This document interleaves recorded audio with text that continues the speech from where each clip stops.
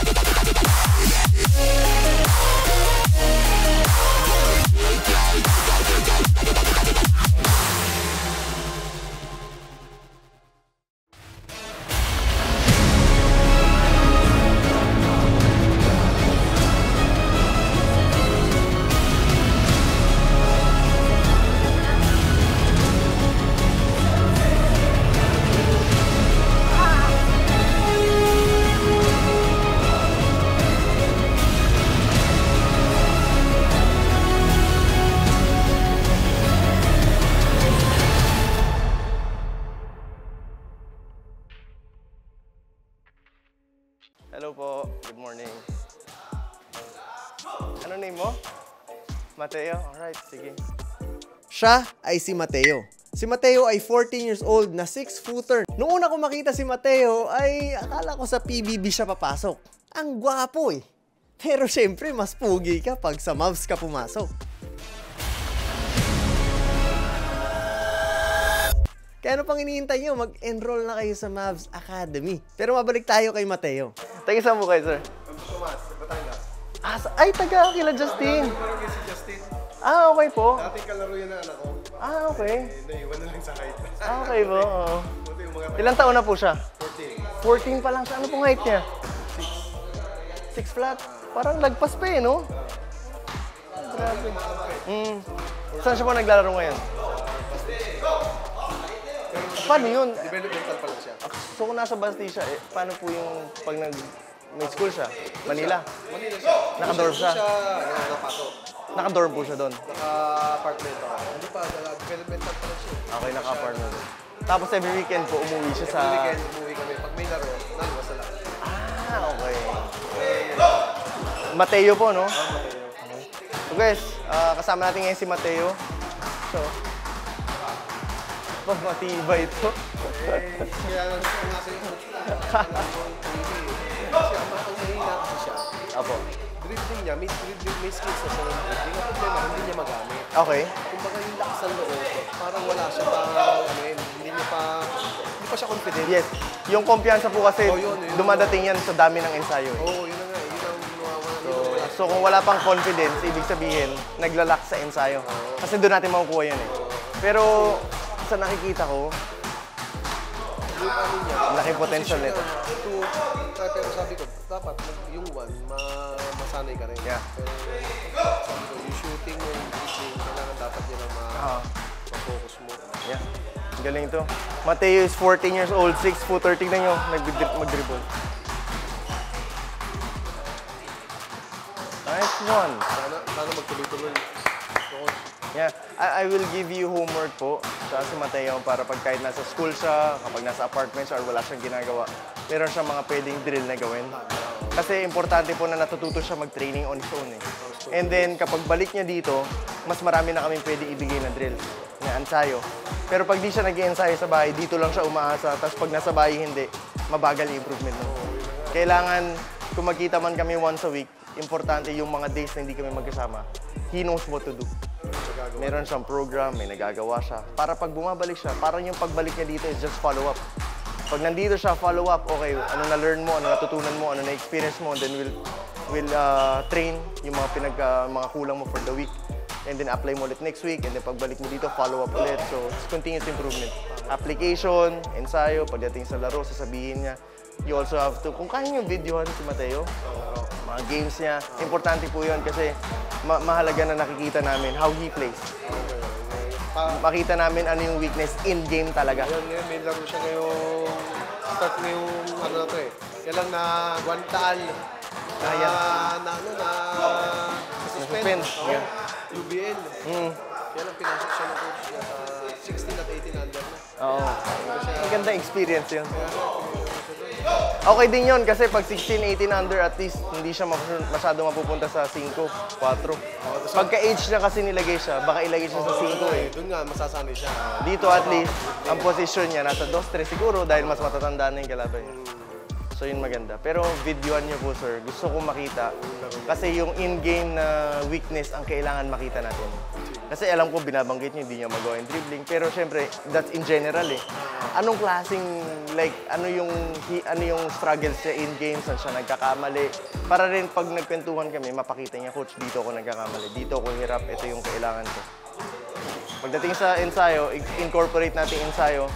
Pagdating sa ensayo, gagawin natin yung mga kailangan niya para pagdating doon sa game, yung mga dating nahihirapan siya, unti-unti, masolve niya. Paano niya pati gagawin?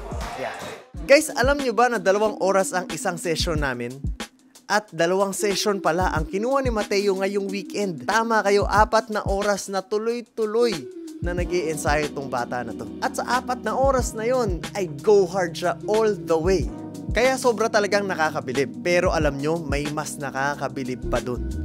At yun ay ang na-figure out namin bago pa matapos ang ensayo. Ano yung nangyari? Meron talaga? Napaltosan. Meron talaga before? Wala. Ngayon ka napaltos? Pero nakaka-all out pa rin, no? Grabe si Mateo. Kanina pa pala may paltos pero nakaka-all out pa rin. Yung puso sa ensayo. Kung hindi mo mapapansin na meron palang iniinda. Ngayon ko na-imagine paano niya nagagawa mag-explode tapos meron siyang paltos. Na nakaka-drop namin sa footwork na ginagawa namin. Doon niya nakuha kanina. Pero umu-all out pa rin. 14 years old, 6-footer, tapos ganun gumalaw. Tapos merong heart sa ensayo. Future tong bata na. Yun pala ay pinapaltos na yung paa niya. 4 na oras na din kasi siyang tuloy-tuloy na nag-iensayo. At hindi mo aakalain na meron pala siyang iniinda kasi kung pagbabasihan mo lang yung galaw niya sa kada repetition ay nakaka-all out siya. Hindi mo aakalain na meron pala siyang iniinda. Grabe yung mentality, no? Grabe yung mindset. Ibang level. Nasabayan pa na syempre 14 years old ka lang tapos 6-footer ka pa. Tas ganun kapag gumalaw. At ganun yung attitude at approach mo sa ensayo. Ay grabe, masasabi ko talaga na future of Philippine basketball tong bata na to.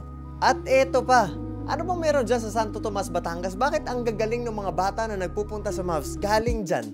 Kasi nalaman namin na magkatabing barangay lang pala si Justin at si Mateo doon sa Santo Tomas. At dati pala silang nagkakalaro talaga sa court. Pero anyway, natutuwa lang ako na sobrang daming talented kids ang pumupunta sa Mavs ngayon. And it really serves the purpose kung bakit namin ito inumpisahan. So guys, hanggang dito na lang muna tayo at siguradong magugulat tayo sa mga susunod na ensayo at magiging improvement ni Mateo.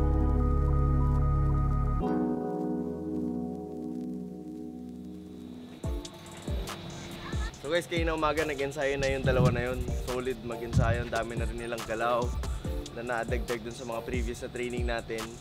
And nakakatuwa dahil syempre si Fino na-influensyahan siya at an early age na yung mga kuya niya, yung hilig is mag-training, nakafocus sa improvement, sa training. So syempre si Fino hindi niya rin namamalayan. Minsan umakit niya, nakasapatos. Gaya mag-training, siya na mismo nagsasabi. Nagiging natural, nagiging normal sa kanya. So, ayun lang. Kumbaga yung environment namin ngayon dito talaga focus on improvement, on training. And nakakatuwa nga dahil si Mateo, yung nag-enroll sa atin. Siya yung pinakaunang enrollee natin nung inumpisa natin Mavs Academy. And dami nag-enroll guys, pero siya yung pinakauna na nag-ensayo. And ayun nga, sabi ko nga kanina, pagpasok ko parang, alam mo yun, parang bata lang na mag-uumpisa pa lang mag-basketball. Matangkad, yes. Hindi ko rin nakakalain na 14 years old. Akala ko siguro mga 18, 17, ganyan. Tapos nung tinanong ko 14 years old, 6-footer. Nagulat ako, pero hindi pa siya gumagalaw nun. Pero nung gumalaw na, ay sabi ko, future tong bata na to. Ito yung tipo ng, alam mo pag nag-guide, pag naalagaan, bibigyan mo ng experience at an early age. Malay mo, maging 6'2", 6'3 pa yun. Tapos, at an early age, ganitong edad, napupuno na siya ng skills, ball handling. Siyempre, iba pa yung shooting, tatrabahuin din natin yan. Pero umpisa mo natin yung foundation niya sa galaw niya. Dahil siyempre, hindi naman pwedeng yung height niya. Sa age niya, pwede siyang gawing sentro, pwede siyang gawing 4. Pero pag tumanda yun, siyempre, ang talagang goal namin, kung kaya nga point guard. So, kailangan matindi yung fundamentals sa footwork, sa ball handling yan.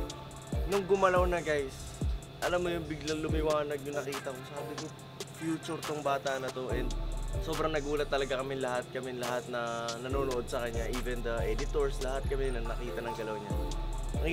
Ang hirap makakita ng ganong klaseng bata na 14 years old, 6-footer, tas ganon gumalaw. Tapos go hard sa ensayo, pinaltos na lahat, all out pa rin. Hindi mo isipin na may iniinda pala, pero hindi nagre-reklamo. Kung ipagbabasayan mo lang yung galaw niya, parang alam mo yun, mukhang hindi pinaltos, mukhang walang masakit sa paa. So yung heart sa ensayo, yung kagustuhan mag-improve, bihira yun for a 14-year-old. Laging ipupush mo yan bago nila magawa. Makikita mo muna yung bibigay muna.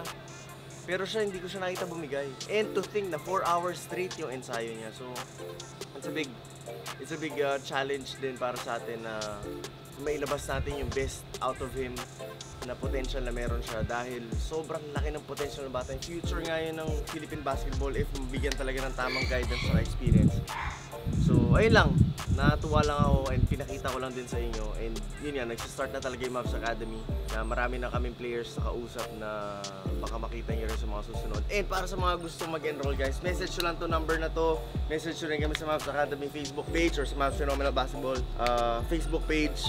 And dun yung mga inquiries, sasagutin natin yan. And meron tayong last 16 days ng promo natin. So, yun, wag na kayo magpahuli guys. You may reserve your slots and malay yung makasabay yung mag-ensayo. Sila Justin or sila Mateo or kahit kami. So, ayun lang guys. Sa mga gustong magtan. Meron din kaming online training. Meron kami mga students ngayon from Qatar.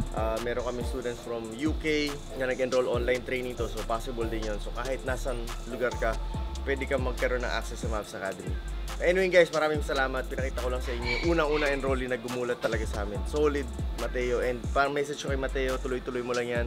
I like the mindset, I like the heart na meron ka, the mentality na meron ka. Bonus na lang talaga na ganyan kakagaling.